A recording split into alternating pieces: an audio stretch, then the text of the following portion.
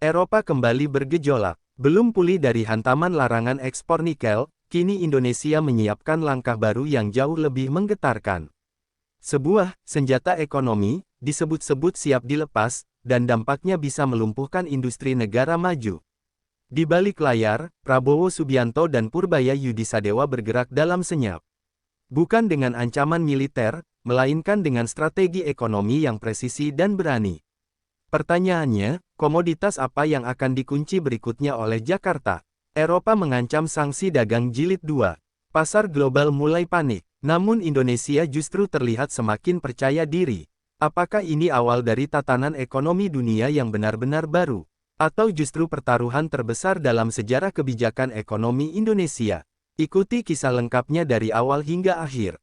Saksikan bagaimana Indonesia mengubah ketergantungan global menjadi senjata strategis. Eropa terbangun dalam suasana gelisah setelah laporan intelijen ekonomi menyebut Indonesia tengah menyiapkan langkah strategis baru.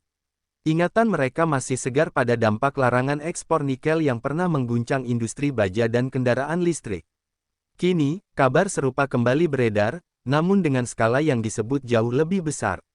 Bursa Eropa bereaksi cepat, indeks industri berat melemah hampir bersamaan. Kepanikan mulai merambat dari ruang rapat perusahaan ke meja para politisi. Media-media barat berlomba menurunkan tajuk utama bernada waspada.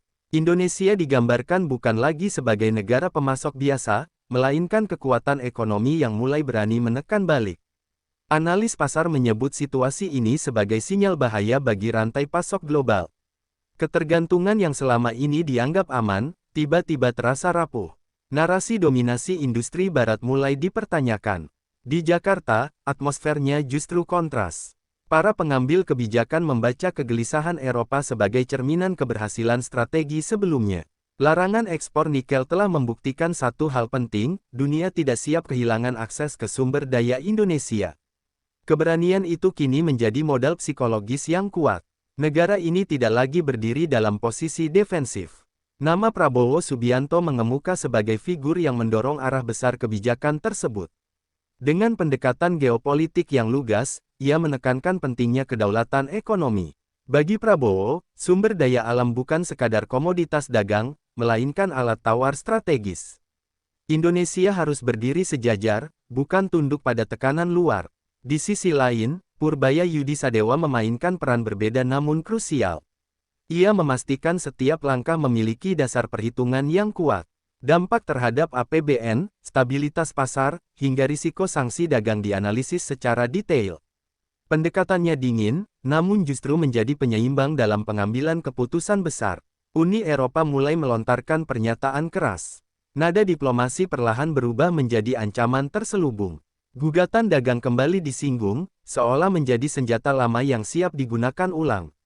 Namun respons dari Jakarta belum terlihat jelas ke permukaan. Di berbagai ibu kota Eropa, pertemuan darurat digelar. Para menteri ekonomi dan pimpinan industri mencoba membaca arah kebijakan Indonesia. Alternatif pasokan dibahas, namun semuanya berujung pada satu kesimpulan tak terucap, mengganti peran Indonesia bukan perkara mudah. Ketergantungan itu terlalu dalam. Sementara itu, di dalam negeri, publik mulai bertanya-tanya. Setelah nikel, apa langkah berikutnya yang akan diambil pemerintah? Spekulasi berkembang di ruang publik dan media sosial. Dunia seakan menahan napas, menunggu langkah Indonesia selanjutnya. Larangan ekspor nikel masih menjadi mimpi buruk bagi banyak pelaku industri di Eropa. Pabrik baja tahan karat pernah terpaksa mengurangi produksi karena pasokan terganggu. Industri kendaraan listrik yang tengah tumbuh pesat ikut terpukul akibat kelangkaan bahan baku baterai. Kerugian finansial kala itu belum sepenuhnya pulih. Trauma tersebut kini kembali menghantui ketika Indonesia memberi sinyal langkah lanjutan. Bagi Indonesia, pengalaman nikel justru menjadi laboratorium kebijakan yang berharga. Pemerintah belajar bahwa tekanan internasional tidak selalu berujung pada kekalahan. Gugatan dan ancaman yang datang silih berganti dapat diredam dengan landasan hukum yang kuat. Keputusan yang konsisten justru menciptakan kepastian jangka panjang. Dunia akhirnya dipaksa menyesuaikan diri. Prabowo memandang kebijakan nikel sebagai titik balik psikologis bangsa.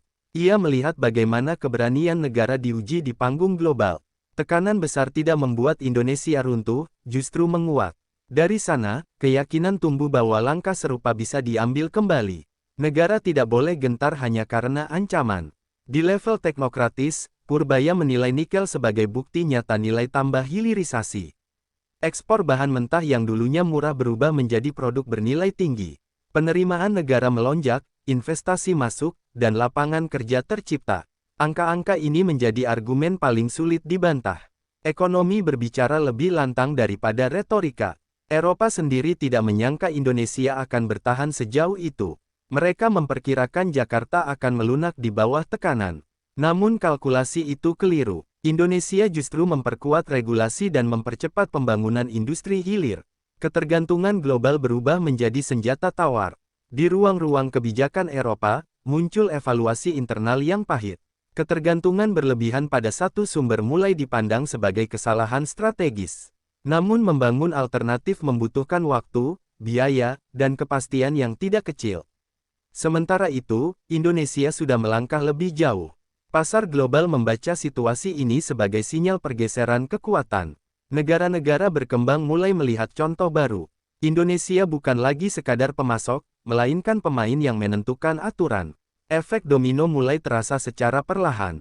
Di tengah bayang-bayang trauma nikel itulah, sinyal baru dari Jakarta terasa jauh lebih mengkhawatirkan.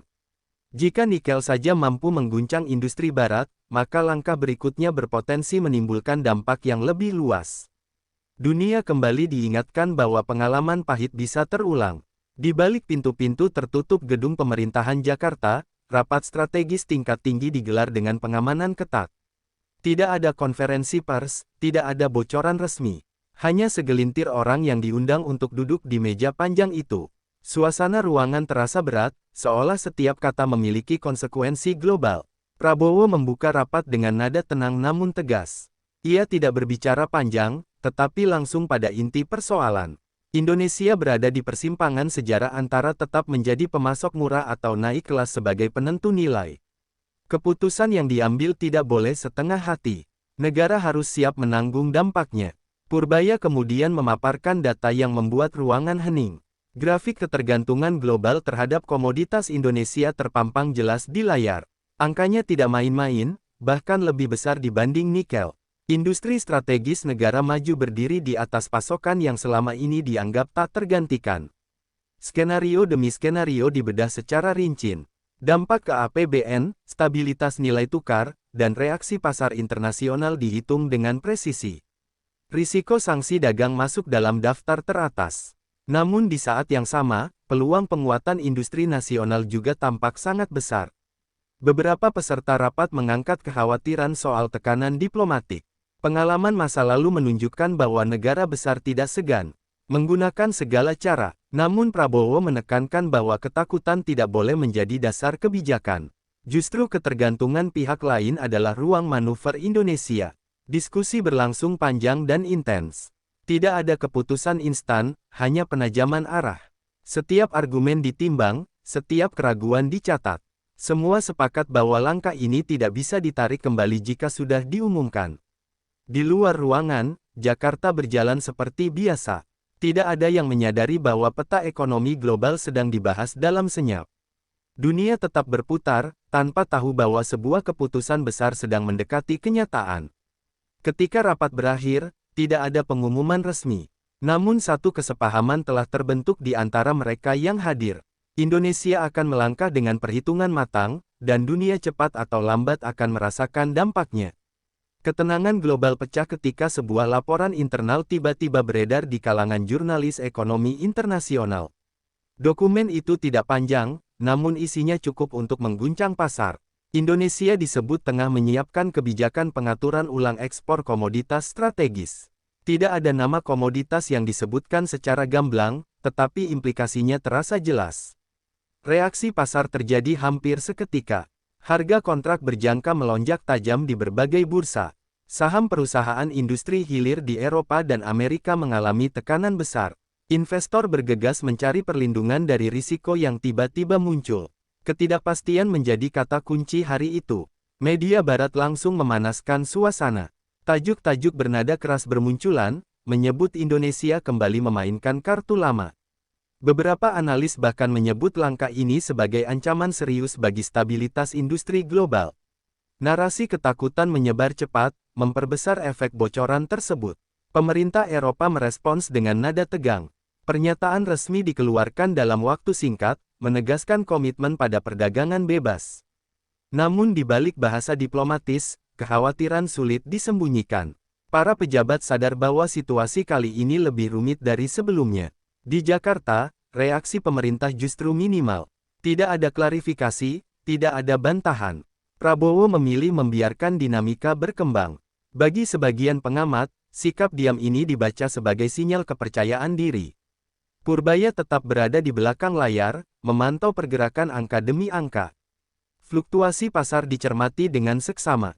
Setiap lonjakan dan penurunan menjadi bahan evaluasi penting. Data itu kelak akan menentukan ritme pengumuman kebijakan. Di dalam negeri, bocoran tersebut memicu perdebatan publik. Ada yang mendukung penuh, ada pula yang khawatir akan dampaknya. Namun satu hal tak terbantahkan, perhatian dunia kini tertuju ke Indonesia. Ketidakpastian menyelimuti pasar global sepanjang hari. Para pelaku industri menyadari bahwa bocoran ini bukan sekadar rumor biasa. Sesuatu yang besar sedang dipersiapkan, dan waktunya mungkin lebih dekat dari yang mereka kira. Nada keras mulai terdengar dari Brussels setelah bocoran kebijakan Indonesia menyebar luas. Pejabat Uni Eropa secara terbuka menyebut langkah Jakarta berpotensi melanggar prinsip perdagangan bebas.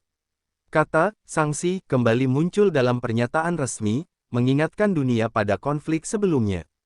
Tekanan diplomatik pun mulai disusun secara sistematis. Di balik layar, dokumen-dokumen hukum disiapkan. Gugatan dagang kembali dipertimbangkan sebagai opsi serius. Uni Eropa ingin menunjukkan bahwa mereka masih memiliki alat untuk menekan. Namun pengalaman masa lalu membuat langkah ini tidak lagi terasa menakutkan seperti dulu. Prabowo menanggapi situasi dengan sikap tenang namun tegas.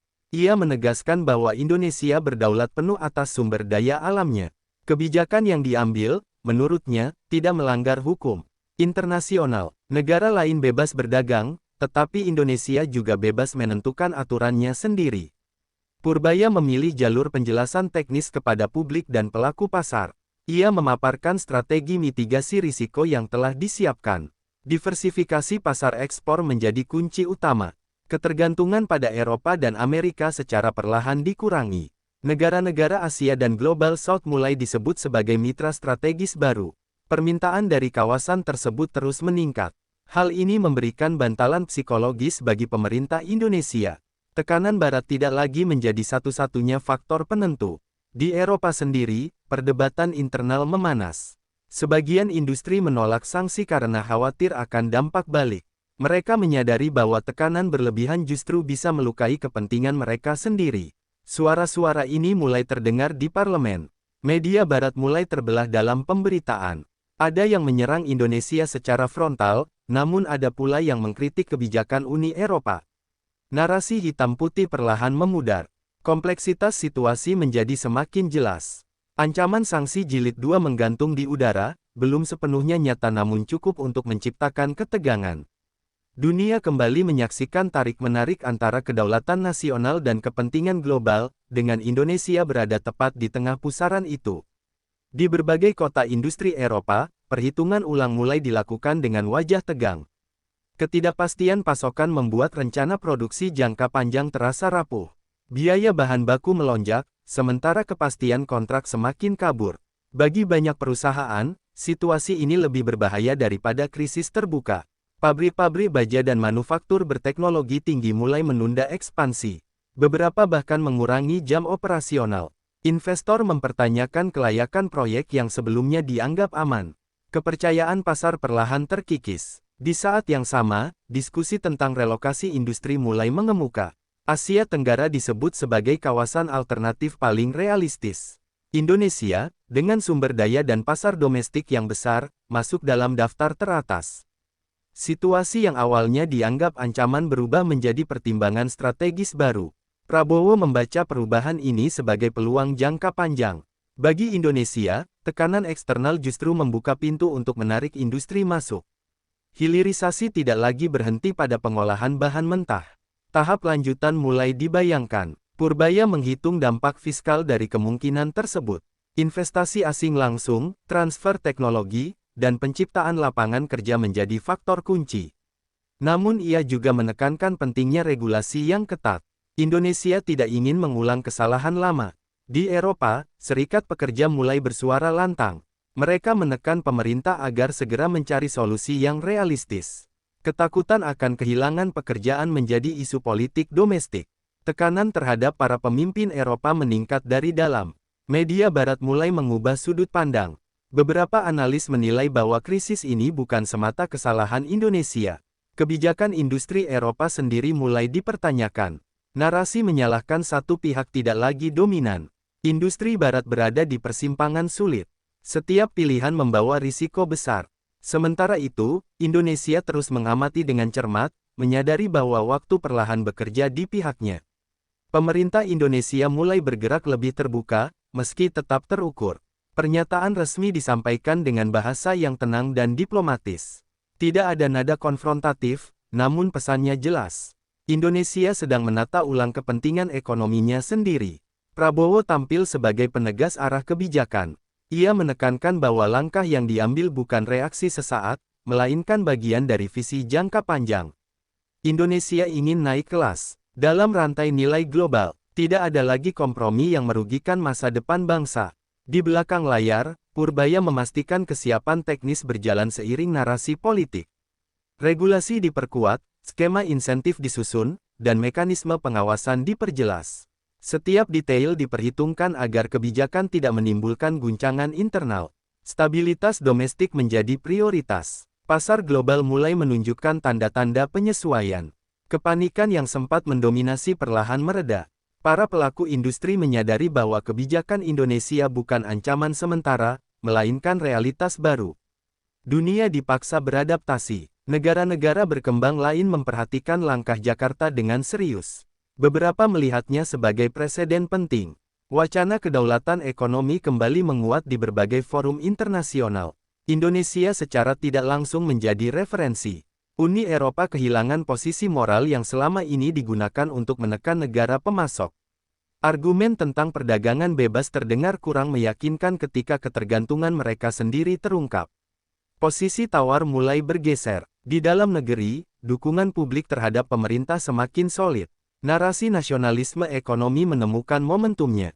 Banyak yang melihat ini sebagai kebangkitan kepercayaan diri bangsa. Dengan setiap pernyataan dan kebijakan, Indonesia perlahan mengunci posisinya. Tidak ada pengumuman besar yang dramatis, namun langkah-langkah kecil yang konsisten mulai membentuk arah yang sulit dibelokkan. Forum-forum internasional mendadak dipenuhi perdebatan panas mengenai arah perdagangan global. Nama Indonesia terus disebut dalam berbagai panel dan sidang tertutup. Banyak negara ingin memahami strategi Jakarta, sebagian lain berusaha mencari celah untuk menahannya. Peta kekuatan ekonomi dunia terasa bergeser perlahan namun pasti. Prabowo tampil di panggung global dengan sikap percaya diri. Dalam setiap pernyataannya, ia menekankan pentingnya keadilan dalam rantai pasok dunia. Negara pemilik sumber daya, menurutnya, berhak menentukan masa depannya sendiri. Pesan itu sederhana, namun menggugah banyak pihak. Purbaya melengkapi narasi tersebut dengan data yang sulit dibantah. Ia menunjukkan bagaimana nilai tambah di dalam negeri meningkat tanpa mengguncang stabilitas makro. Angka-angka itu menjadi argumen kuat di hadapan kritik internasional. Pendekatan rasional memperkuat posisi politik. Uni Eropa mulai melunakkan sikapnya. Nada konfrontatif bergeser menjadi ajakan dialog. Beberapa pejabat mengakui bahwa pendekatan lama tidak lagi efektif. Realitas baru memaksa perubahan strategi. Indonesia menyambut pembicaraan, namun tanpa melepaskan prinsip. Kerja sama tetap terbuka, selama dilakukan secara setara. Jakarta tidak lagi berada dalam posisi menunggu persetujuan. Keseimbangan mulai terbentuk. Investor global ikut menyesuaikan langkah. Indonesia tidak lagi dipandang sebagai opsi cadangan. Negara ini mulai masuk dalam perencanaan jangka panjang berbagai korporasi besar. Kepercayaan perlahan tumbuh. Di banyak ibu kota dunia, kebijakan Indonesia menjadi bahan diskusi serius. Dunia mulai menerima bahwa tatanan lama tidak sepenuhnya relevan. Sebuah fase baru tengah dimulai, dengan Indonesia sebagai salah satu penentu arah. Tekanan internasional memang mulai mereda, tetapi ketidakpastian belum sepenuhnya hilang. Risiko ekonomi dan politik masih membayangi setiap langkah Indonesia. Pasar global tetap sensitif terhadap sinyal kecil dari Jakarta. Situasi ini menuntut kehati-hatian tingkat tinggi. Prabowo memahami bahwa keputusan yang diambil bukan sekadar kebijakan jangka pendek. Ini adalah taruhan sejarah yang akan menentukan posisi Indonesia selama puluhan tahun ke depan. Mundur berarti kehilangan momentum. Melangkah berarti menghadapi konsekuensi besar. Purbaya terus menjaga keseimbangan antara keberanian dan stabilitas. Ia memastikan fondasi ekonomi tetap kokoh di tengah gejolak eksternal. Instrumen fiskal dan moneter disiapkan untuk meredam guncangan. Setiap skenario terburuk diperhitungkan. Di Eropa, dilema semakin nyata. Melanjutkan tekanan berarti mempertaruhkan industri sendiri. Mengalah berarti mengakui perubahan tatanan. Para pemimpin Eropa terjebak dalam pilihan sulit.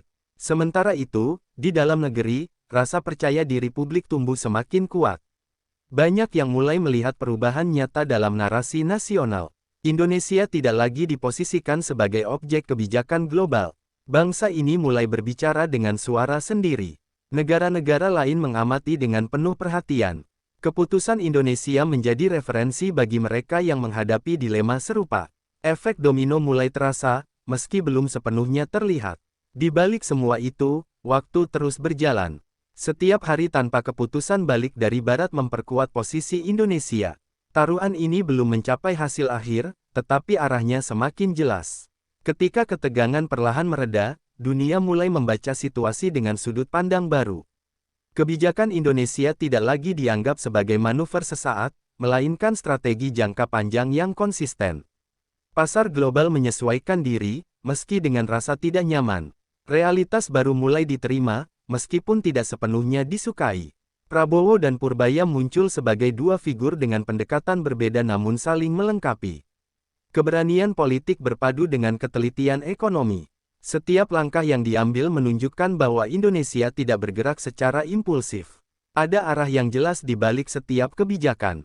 Eropa perlahan menyadari bahwa tekanan sepihak tidak lagi efektif. Industri mereka dipaksa beradaptasi dengan kondisi baru. Ketergantungan yang dulu dianggap kekuatan kini berubah menjadi kelemahan strategis. Dunia industri barat memasuki fase penyesuaian yang menyakitkan. Indonesia sendiri tidak mengklaim kemenangan mutlak. Pemerintah menyadari bahwa tantangan ke depan masih besar. Namun satu hal sudah berubah secara permanen. Posisi tawar Indonesia di panggung global tidak lagi bisa diabaikan. Negara-negara berkembang mulai melihat kemungkinan baru. Jika Indonesia mampu berdiri tegak menghadapi tekanan, negara lain pun bisa belajar. Percakapan global tentang keadilan ekonomi menemukan momentumnya. Tatanan lama mulai dipertanyakan. Di dalam negeri, kebijakan ini meninggalkan jejak psikologis yang kuat. Kepercayaan diri nasional tumbuh. Narasi tentang kedaulatan ekonomi tidak lagi terdengar utopis. Ia mulai terasa nyata. Sejarah seringkali ditentukan oleh keberanian mengambil risiko pada saat genting. Indonesia memilih melangkah ketika banyak yang ragu. Pilihan itu membentuk arah baru yang sulit dibelokkan. Di akhir perjalanan ini, dunia harus menerima satu kenyataan penting, Indonesia tidak lagi sekadar mengikuti arus global, melainkan ikut menentukan kemana arus itu bergerak. Ketika dunia mulai terbiasa melihat Indonesia sebagai pemasok, kini Indonesia berdiri sebagai penentu. Langkah Prabowo dan Purbaya bukan sekadar kebijakan ekonomi, melainkan sinyal bahwa peta kekuatan global sedang bergeser. Eropa mungkin belum sepenuhnya siap menerima kenyataan ini. Industri barat dipaksa beradaptasi, dan dunia kini menyadari satu hal penting, ketergantungan bisa berubah menjadi kelemahan. Pertanyaannya bukan lagi apakah Indonesia berani, tetapi sejauh mana dampak dari langkah ini akan mengubah masa depan ekonomi global. Jika Anda menilai cerita ini membuka sudut pandang baru, dukung konten ini dengan menyukai, membagikan, dan mengikuti pembahasan selanjutnya. Tulis pendapat Anda di kolom komentar. Apakah langkah Indonesia ini sudah tepat, atau justru terlalu berisiko? Aktifkan notifikasi agar tidak tertinggal kelanjutan kisah geopolitik dan ekonomi dunia, yang kini tak lagi bisa dilepaskan dari peran Indonesia. Terima kasih telah mengikuti cerita ini hingga akhir. Apresiasi Anda adalah energi terbesar untuk terus menghadirkan narasi yang tajam, kritis, dan relevan. Sampai bertemu di cerita berikutnya. Saat Indonesia kembali menulis bab penting dalam sejarah dunia.